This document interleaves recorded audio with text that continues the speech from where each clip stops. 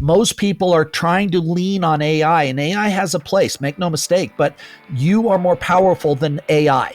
AI is great for structure and systems and follow-up, and there's a place for it. But nothing can replace an honest presentation from you. Welcome to the Thought Leader Revolution with Nikki Ballou. Join the revolution. There's never been a better time in history to speak your truth, find your freedom, and make your fortune. Each week, we interview the world's top thought leaders and learn the secrets of how they built a 6 to 7 figure practice. This episode has been brought to you by eCircleacademy.com, the proven system to add 6 to 7 figures a year to your thought leader practice. Welcome to another exciting episode of the podcast, The Thought Leader Revolution. I'm your host, Nikki Ballou, and boy, do we have our favorite ever guest of all time on the show, the one, the only, the legendary Marc von Musser. Welcome, Marc. Thanks. It's great to be here. Yeah, this conversation is long overdue, and a lot of people are going to get a lot of value out of it. So it's going to be an important topic. Well, let's dive right in. What we're going to talk about today, Marc, is something super important.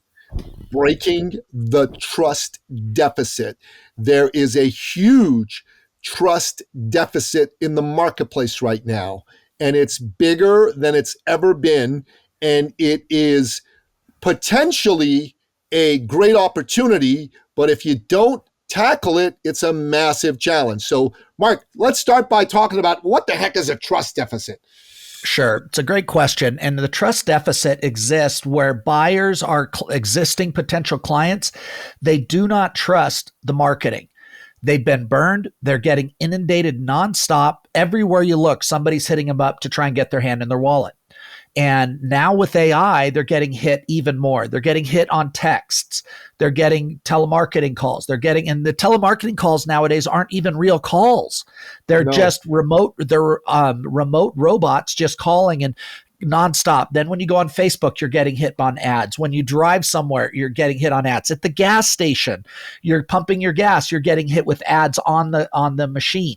I know, it sucks. Everywhere you turn, somebody is trying to get a hold of, and they're very impersonal, they're very mechanical, and they're missing that human connection. Now, the trust deficit occurs also because for the last 5, 10, 20 years, the marketers and these companies have been massively making huge promises and massively under-delivering. So what happens in the world of white noise? People have learned really advanced strategies on tuning out and really not trusting. When they see 5, 10, 20 of the same type of offers, they don't go through all 20. They just tune out and disconnect. And that's really kind of in a nutshell what the trust deficit, how it got here, and what it means to everybody listening is it's why people are massively overspending on their traditional marketing because it all just looks like noise. And it's not trustworthy. I don't look at these ads and go, oh, wow, that's the one. And so what happens is most people just hermit and then just tune out. And people will attempt to spend more money on ads, more money on marketing, and it's the wrong approach. It totally is. Because, Marc, you said this, right? The single greatest asset you have in life, in business, is you. You are first of all, that means that you got to protect, cherish, nurture, invest in you as an asset. So that's one conversation. We'll park that for now. But in terms of promoting you and your business, well, you're the one who ought to be doing it. You're your greatest asset. You're the best, most real thing you have, right? Very much. And so what happens is that with some of the new marketing opportunities that are available for people that understand the trust deficit and know how to beat it, the single greatest asset you have is you.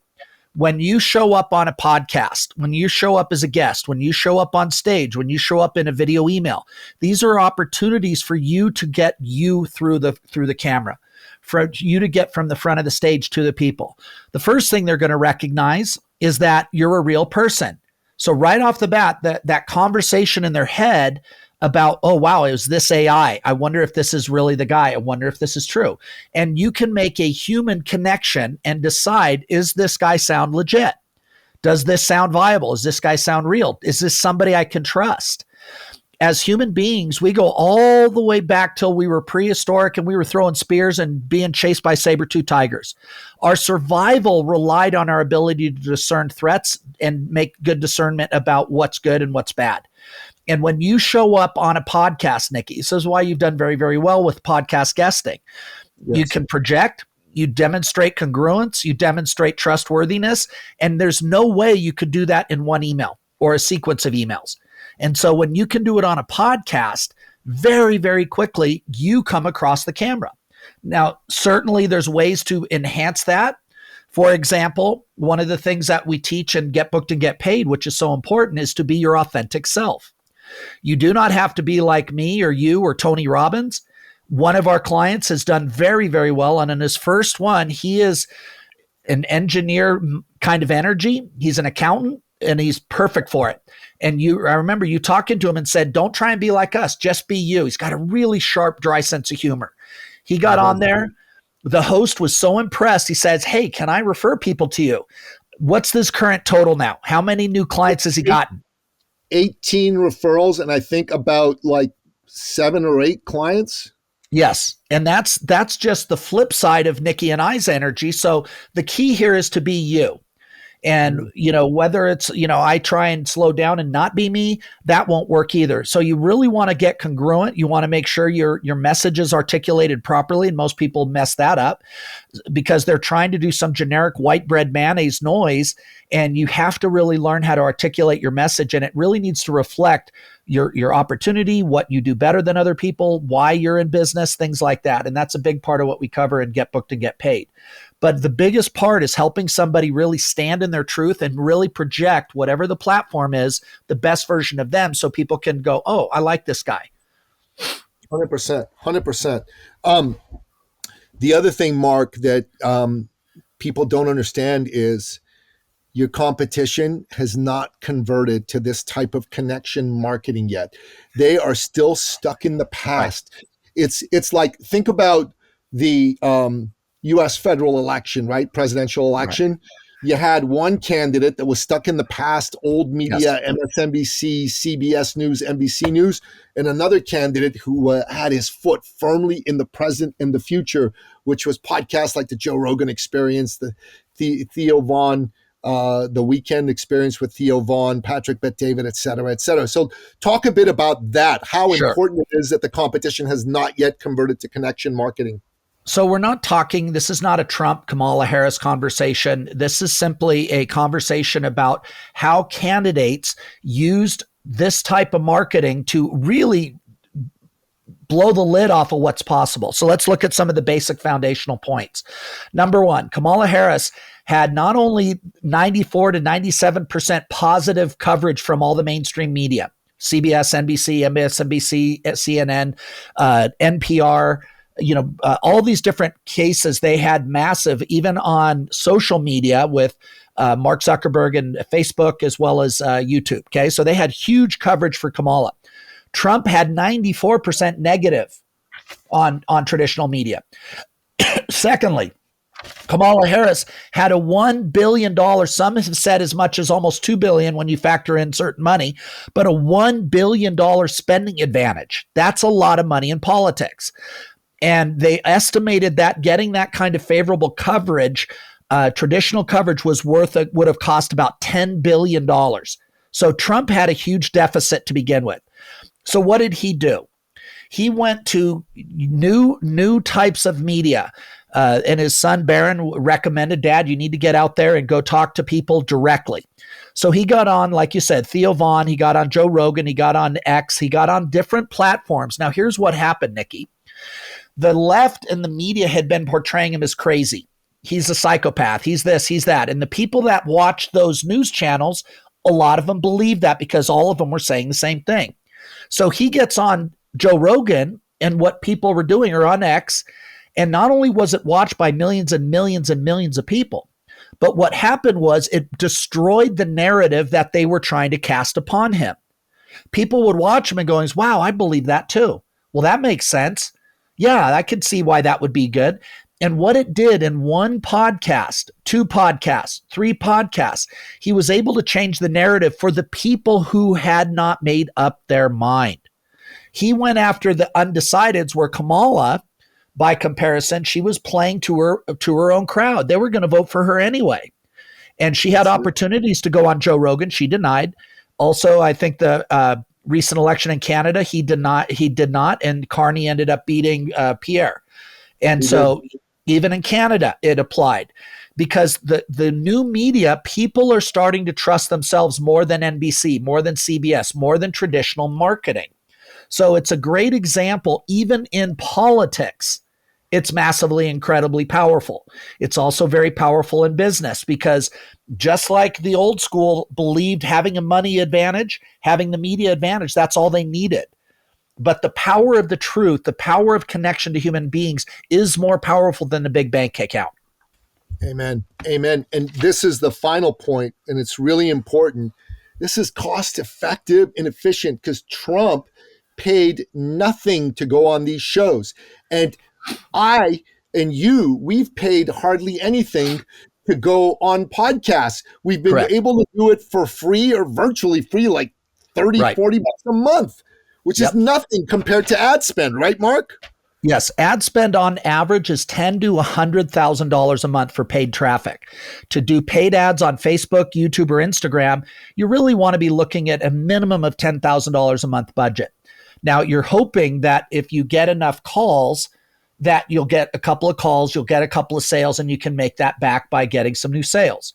That, for a while, 5-8 years ago, worked really, really well, until all the white noise and everybody started copying everybody, and the buyer put up their shield and they said no more.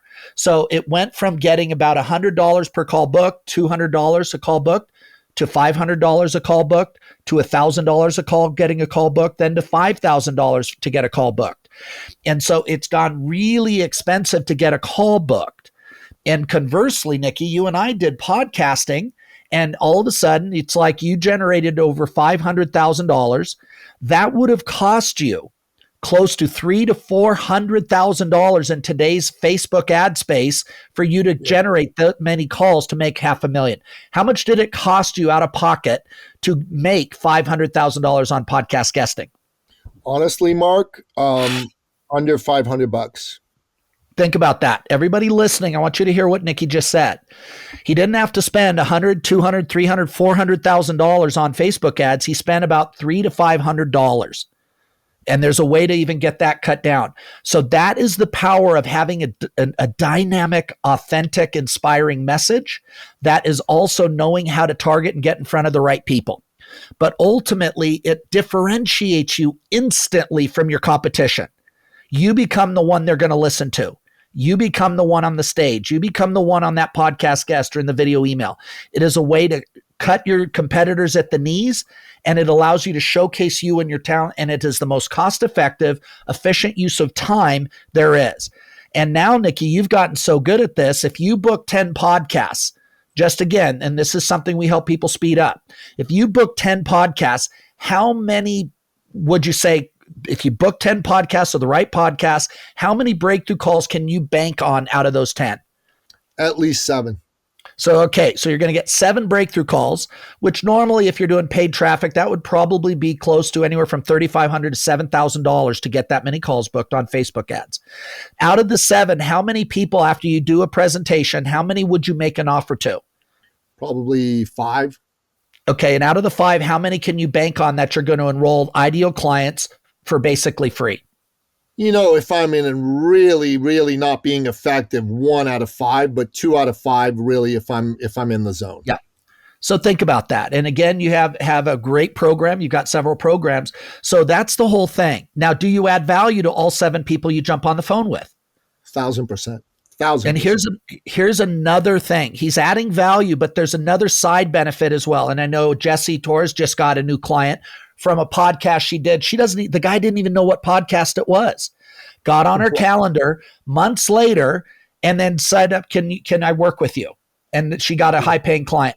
So not only that, you've been doing this now for a couple of years. How many millions of people is Nikki Ballou's message out in cyberspace and on other people's podcasts to their listeners?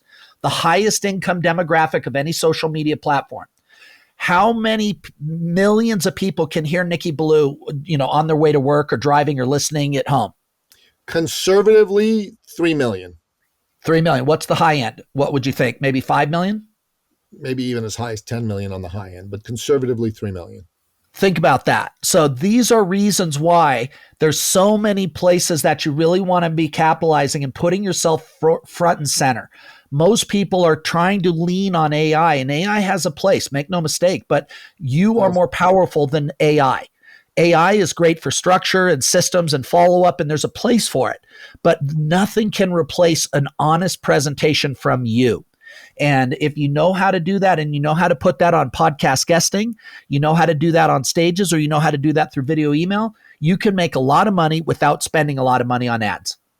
That's 100% true, Mark. And you know what? What we ought to do is there is a wonderful podcast guesting assessment that we created that shows you how you are doing currently when it comes to leveraging podcast guest appearances to help you get leads, sales, and clients. It's absolutely free. We're going to put it in the show notes, and you ought to take advantage of it. And we'll go one step better.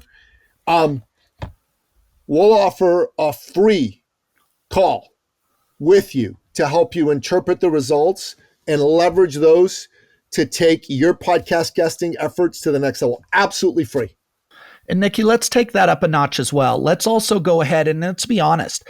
Podcast guesting, it doesn't work for everybody. It works for a lot of people, but in that call too, that you're going to do with either Nikki or somebody on the team, let's go ahead and also take a look at their business, their offer, and find out, is that something that would work? Because that's one of the number one reasons people don't get started. They don't know, and they're like, oh, I don't know if it would work for me. And no, Nikki, no offense, but I can't think of anybody that's better at knowing whether this would work on podcast guesting in the world than you. So I think adding that to it, let's do that as well. Let's have somebody explain what their business is, who their clientele is, what their offer is, and we can tell them whether or not you can market this on there. Because let me give you a couple of examples. One of your clients, he's an accountant, and he's done phenomenally well. Another person that did this, he helps organic gardening and shows people how to create gardening out of dead space on their property. Another person used this to help her in the spa business. Another different person helped in this. I'm trying to think of some of the other ones. Men's coaching. Another client used this. So this can be used for all sorts of different things. But the biggest way you lose is to not take action. The biggest way you lose is to sit on the sideline because somebody in your niche is going to jump onto the space. Right now, you've got what we call blue ocean. It's not one of the things like paid traffic where every Tom, Dick, and Harry and their cousins and their brothers and their neighbors were doing it. This is wide open. You get out in the front of the space, you're going to be the first one there, and you're going to get all the low-hanging fruit, and you're going to get a ton of new clients. Here's what I'm going to ask. If you truly care about the people that you want to serve, if you truly can offer a real solution, if, no offense, but if you're a schmuck and you can't do anything, this is not a money grab. Karma-wise, I just don't waste anybody's time. Go get a skill set developed. But if you have a unique skill set and you truly love people and hate seeing them in pain, then you need to jump on a call and book a call, and let's make it happen. Amen, Mark. Amen. Beautifully put, man. And that's a wrap, folks. If you got some value from this, give us a like, give us a rating, give us a review, because that helps us with the algorithm to get this in front of more people. And if you have a friend who needs to hear this message, share the episode with them. Until next time, goodbye. This episode has been brought to you by eCircleAcademy.com, the proven system to add 6 to 7 figures a year to your thought leader practice.